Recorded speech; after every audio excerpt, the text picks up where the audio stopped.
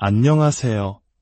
잠시 복잡한 세상의 소음에서 벗어나 영혼을 위한 깊은 사색의 시간에 오신 여러분을 환영합니다. 오늘 우리가 함께 나눌 이야기는 기독교 신앙의 가장 핵심적인 질문, 바로 구원에 관한 것입니다. 본격적인 이야기에 앞서 잠시 여러분의 도움이 필요합니다. 만약 오늘 이 이야기가 여러분의 마음에 작은 울림이라도 준다면 좋아요와 구독을 통해 저희의 여정에 동참해 주시길 부탁드립니다. 여러분의 작은 손길 하나하나가 이 은혜의 이야기가 더 많은 영혼에게 닿게 하는 귀한 통로가 됩니다. 여러분의 삶에 하나님의 평안과 축복이 가득하기를 기도하며 이제 시작하겠습니다. 오늘 우리가 함께 묵상할 말씀은 신약성경 에베소서 1장 3절에서 10절까지의 말씀입니다. 제가 봉독하겠습니다. 찬송하리로다 하나님 곧 우리 주 예수 그리스도의 아버지께서 그리스도 안에서 하늘에 속한 모든 신령한 복을 우리에게 주시되 곧 창세전에 그리스도 안에서 우리를 택하사 우리로 사랑 안에서 그 앞에 거룩하고 흠이 없게 하시려고 그 기쁘신 뜻대로 우리를 예정하사 예수 그리스도로 말미암아 자기의 아들들이 되게 하셨으니 이는 그가 사랑하시는 자 안에서 우리에게 거저주시는 바 그의 은혜의 영광을 찬송하게 하려는 것이라. 우리는 그리스도 안에서 그의 은혜의 풍성함을 따라 그의 피로 말미암아 속량 곧 죄사함을 받았으니 이는 그가 모든 지혜와 총명을 우리에게 넘치게 하사 그 뜻의 비밀을 우리에게 알리신 것이요 그의 기뻐하심을 따라 그리스도 안에서 때가 창경륜을 위하여 예정하신 것이니 하늘에 있는 것이나 땅에 있는 것이 다 그리스도 안에서 통일되게 하려 하심이라. 아멘. 하나님의 말씀입니다. 지난 몇 주간 우리는 기독교 신앙의 기본적인 믿음들을 살펴보고 있습니다. 이를 위해 우리는 성경의 교리를 가장 오래전부터 요약해온 사도신경을 길잡이로 삼고 있습니다. 사도신경을 보면 이런 구절이 나옵니다. 죄를 사하여 주시는 것과 몸이 다시 사는 것과 영원히 사는 것을 믿사옵나이다. 이것이 바로 구원입니다. 그런데 성경에서 구원에 대해 이야기하려면 어디를 펼쳐야 할까요? 사실 성경 전체가 구원에 관한 이야기라고 해도 과언이 아닐 겁니다. 그래서 저는 오늘 이 에베소서 본문을 선택했습니다. 놀랍게도 이 긴 구절은 원문인 헬라어에서는 단 하나의 문장으로 되어 있습니다. 사도 바울이 한번 감격에 휩싸이면 그의 글은 마치 거대한 강물처럼 흘러갑니다. 그리고 이 한 문장이야말로 기독교의 구원이란 무엇인지 그 모든 것을 담고 있는 가장 위대하고 장엄한 파노라마라고 생각합니다. 마치 비행기를 타고 밤에 서울 상공에 진입할 때 발 아래 펼쳐지는 숨막히는 야경을 보는 것과 같습니다. 혹은 남산타워나 북한산 정상에 올라 서울 시내를 한눈에 내려다보는 경험과도 비슷하죠. 도시의 전경을 보는 것이 그 도시를 아는 유일하거나 가장 좋은 방법은 아닐 수 있습니다. 골목골목을 걸으며 사람들을 만나고 맛있는 음식을 먹고 그곳의 역사를 직접 느껴야 도시를 제대로 알 수 있겠죠. 하지만 하늘에서 내려다보는 그 조망은 다른 어떤 방법으로도 얻을 수 없는 특별한 관점과 전체적인 그림을 우리에게 선물합니다. 오늘 우리가 할 일이 바로 그것입니다. 구원의 모든 세부사항을 하나하나 파고드는 대신 성경 전체가 말하는 구원의 거대한 그림을 조망해보려 합니다. 어떤 분은 이렇게 물을지도 모릅니다. 그런데 이 본문에는 구원이라는 단어가 한 번도 나오지 않는데요. 좋은 질문입니다. 하지만 3절을 보십시오. 하나님께서 그리스도 안에서 하늘에 속한 모든 신령한 복을 우리에게 주시되라고 말씀합니다. 모든 신령한 복. 바울은 이어서 그 모든 신령한 복이 무엇인지 이야기합니다. 그것이 바로 구원입니다. 기독교의 구원은 단 하나의 선물이 아니라 수많은 차원을 가진 놀라운 축복의 꾸러미와 같습니다. 더욱 놀라운 것은 첫 문장의 시제입니다. 모든 신령한 복을 우리에게 주셨다. 이미 주셨다는 과거형입니다. 우리가 그리스도인이 되는 순간 우리는 이미 모든 신령한 복을 받은 존재라는 것입니다. 잠깐만요.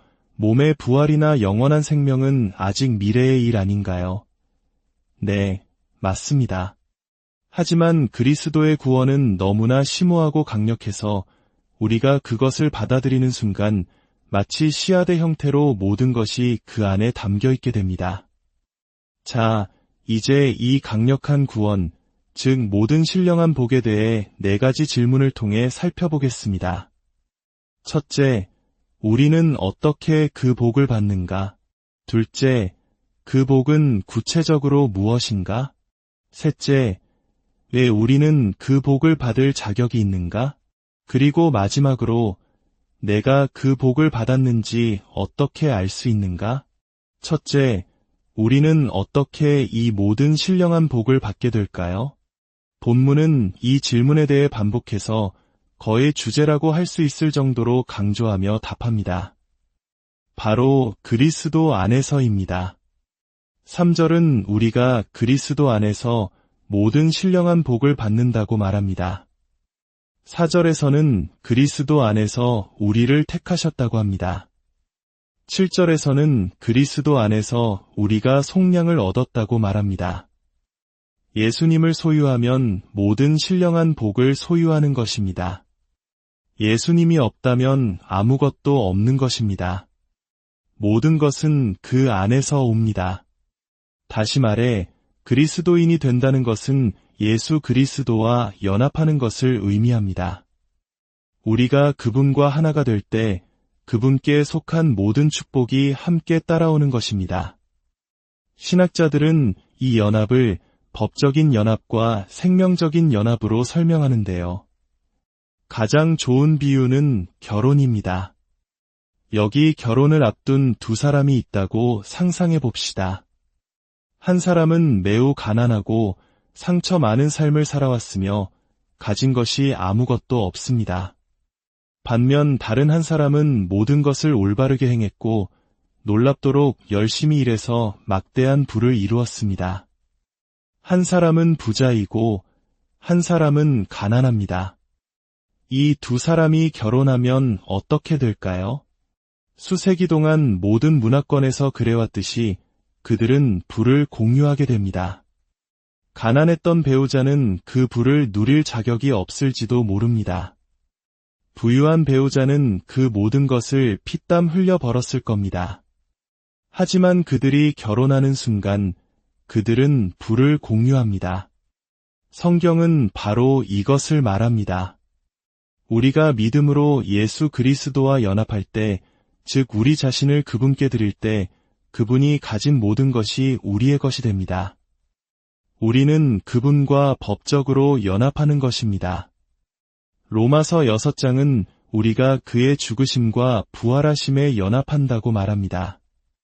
그가 십자가에서 죽으신 이유는 죄 때문이었습니다. 죄의 대가를 치르기 위해서였죠. 이것은 마치 우리가 교통법규를 어겨 벌금을 내야 하는 것과 같습니다. 벌금을 내고 나면 법은 더 이상 우리에게 아무런 요구도 할 수 없습니다. 예수 그리스도의 죽으심에 연합한다는 것은 우리가 마치 우리 죄를 위해 직접 죽은 것처럼 죄책감과 정죄로부터 완전히 자유로워졌다는 것을 의미합니다. 모든 빚이 청산된 것입니다. 그렇다면 그의 부활에 연합한다는 것은 무엇일까요? 예수님의 부활은 그분의 순종과 섬김에 대한 보상이자 그분의 승리였습니다. 이는 예수 그리스도께서 행하신 모든 일에 대해 마땅히 받으셔야 할 모든 영광과 존귀가 우리가 그분과 연합할 때 우리의 것이 된다는 의미입니다. 하나님은 마치 우리가 그 모든 영광을 받을 자격이 있는 것처럼 우리를 대하십니다. 상상해 보십시오. 어떤 늙고 초라한 노인이 큰 죄를 지어 헌병들에게 쫓기고 있습니다. 그런데 누군가 그의 낡은 셔츠깃을 젖히자 그 안에 국가 최고 무공훈장이 빛나고 있습니다. 헌병들은 그가 죄인이라는 사실을 알면서도 그 훈장을 보는 순간 차렷 자세로 경례를 합니다. 그들은 훈장에 경례하는 것입니다. 그 훈장이 상징하는 것에 경례하는 것입니다. 여러분이 그리스도인이 될 때 여러분이 과거에 어떤 사람이었든 어떤 기록을 가졌든 상관없이 예수 그리스도의 모든 훈장이 여러분의 가슴에 달리고 온 세상이 여러분에게 경례합니다. 하나님 아버지께서 여러분을 사랑하고 받아들이시고 존귀하게 여기십니다. 이것이 법적인 연합입니다. 그렇다면 생명적인 연합은 무엇일까요? 이것은 하나님의 영, 즉 성령님이 우리 삶에 직접 들어오시는 것을 의미합니다. 베드로후서 1장은 우리가 신성한 성품에 참여하는 자가 되었다고 말합니다. 상상할 수 없는 말씀입니다. 이는 우리가 그리스도인이 될 때 영적으로 말해 하나님의 DNA가 우리 안에 심어지는 것과 같습니다. 우리의 남은 평생은 처음에 우리 안에 심어진 이 새로운 유전적 물질이 발현되는 과정입니다. 이것은 우리에게 가장 큰 위로이자 동시에 가장 큰 도전입니다. 우리 안에 하나님의 영과 본성이 있다면 우리가 마땅히 살아야 할 삶을 살아갈 모든 힘을 이미 가졌다는 뜻이기 때문입니다. 또한 이것은 우리 안에 어떤 상처도 치유될 수 있고 어떤 깨어짐도 회복될 수 있으며 우리를 묶고 있는 어떤 습관으로부터도 자유로워질 수 있다는 가장 큰 위로의 약속입니다. 그리스도와 연합하는 순간 모든 신령한 복은 배아의 형태로든 만개한 형태로든 이미 우리의 것입니다. 그래서 어떤 사람이 저는 그리스도인이 되려고 노력 중입니다 라고 말한다면 그는 구원의 본질을 오해하고 있는 것일 수 있습니다.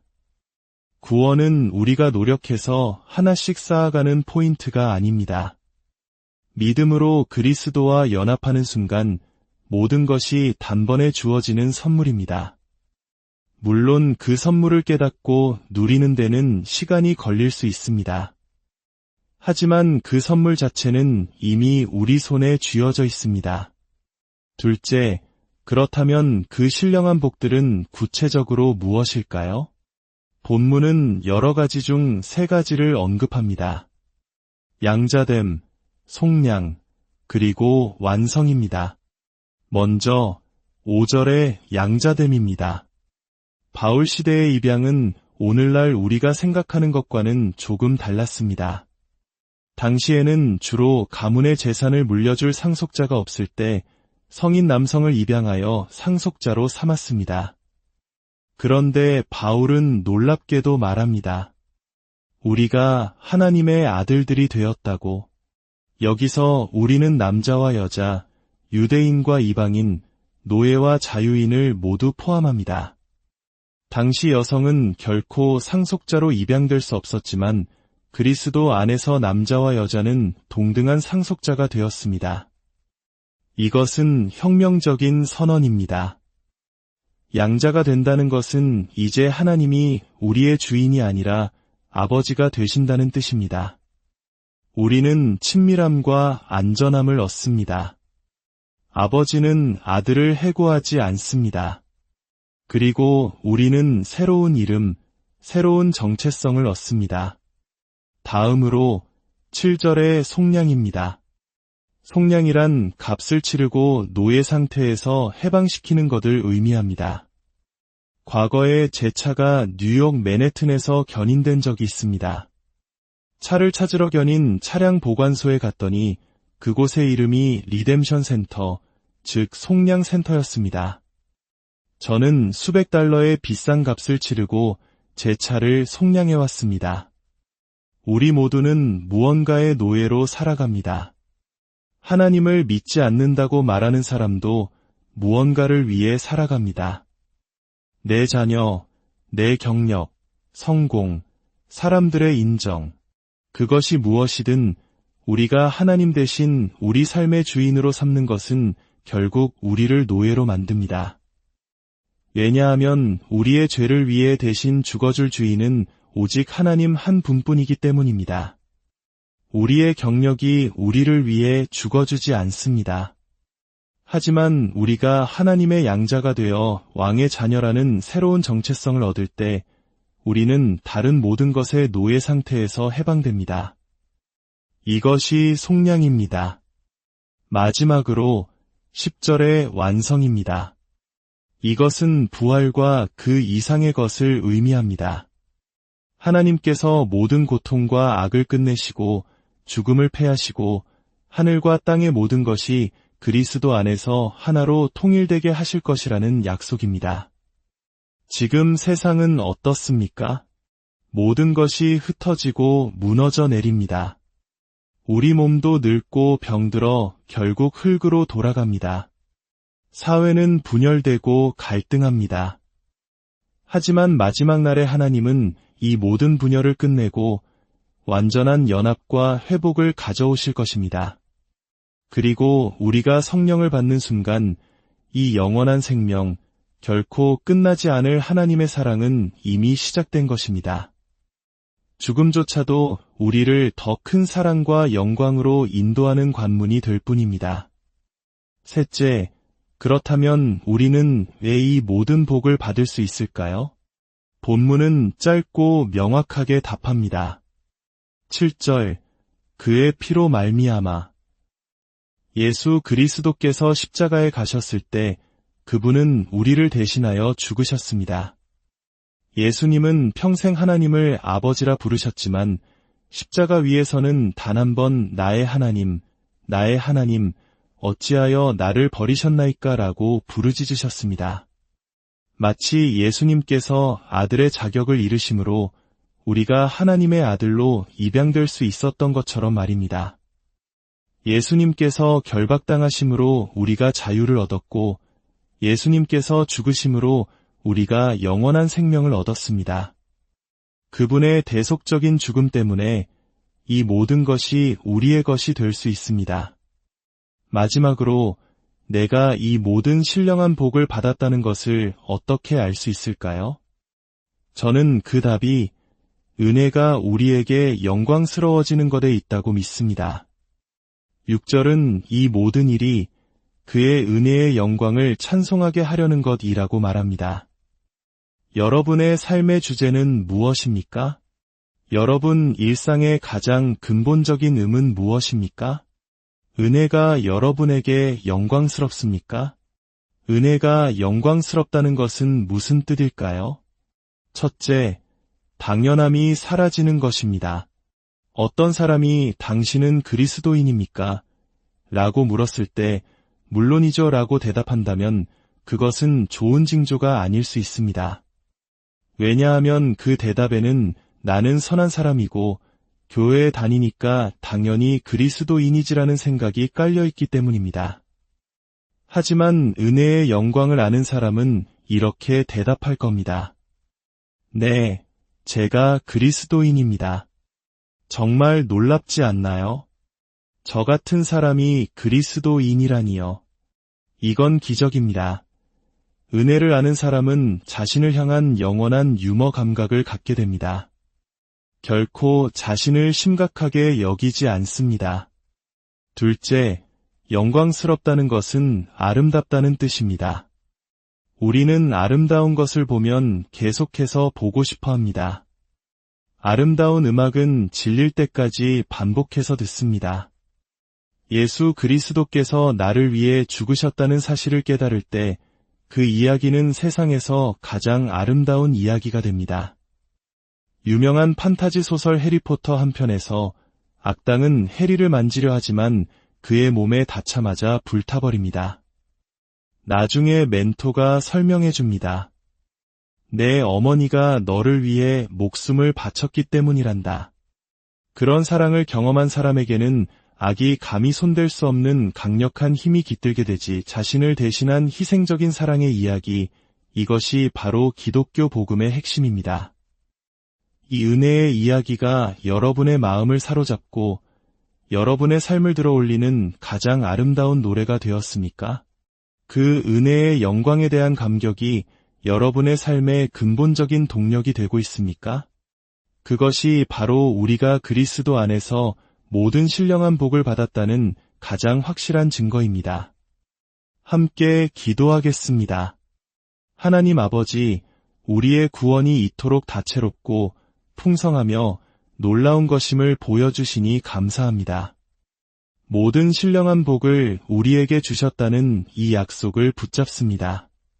주님, 우리가 받은 이 구원의 풍성함과 기쁨을 매일의 삶 속에서 누리게 하여 주시옵소서. 은혜의 영광을 깨달아 더 이상 우리 자신을 심각하게 여기지 않는 유머 감각과 겸손함을 허락하여 주옵소서. 우리의 양자됨 안에서 살게 하사 불안과 두려움에 무기지 않게 하시고 우리의 속량 안에서 살게 하사 세상의 헛된 것들에 종노릇하지 않게 하시고 부활의 소망 안에서 살게 하사 죽음을 두려워하지 않게 하여 주시옵소서. 이 모든 놀라운 구원의 삶을 살아낼 힘과 지혜를 더하여 주시옵소서. 우리를 구원하신 주 예수 그리스도의 이름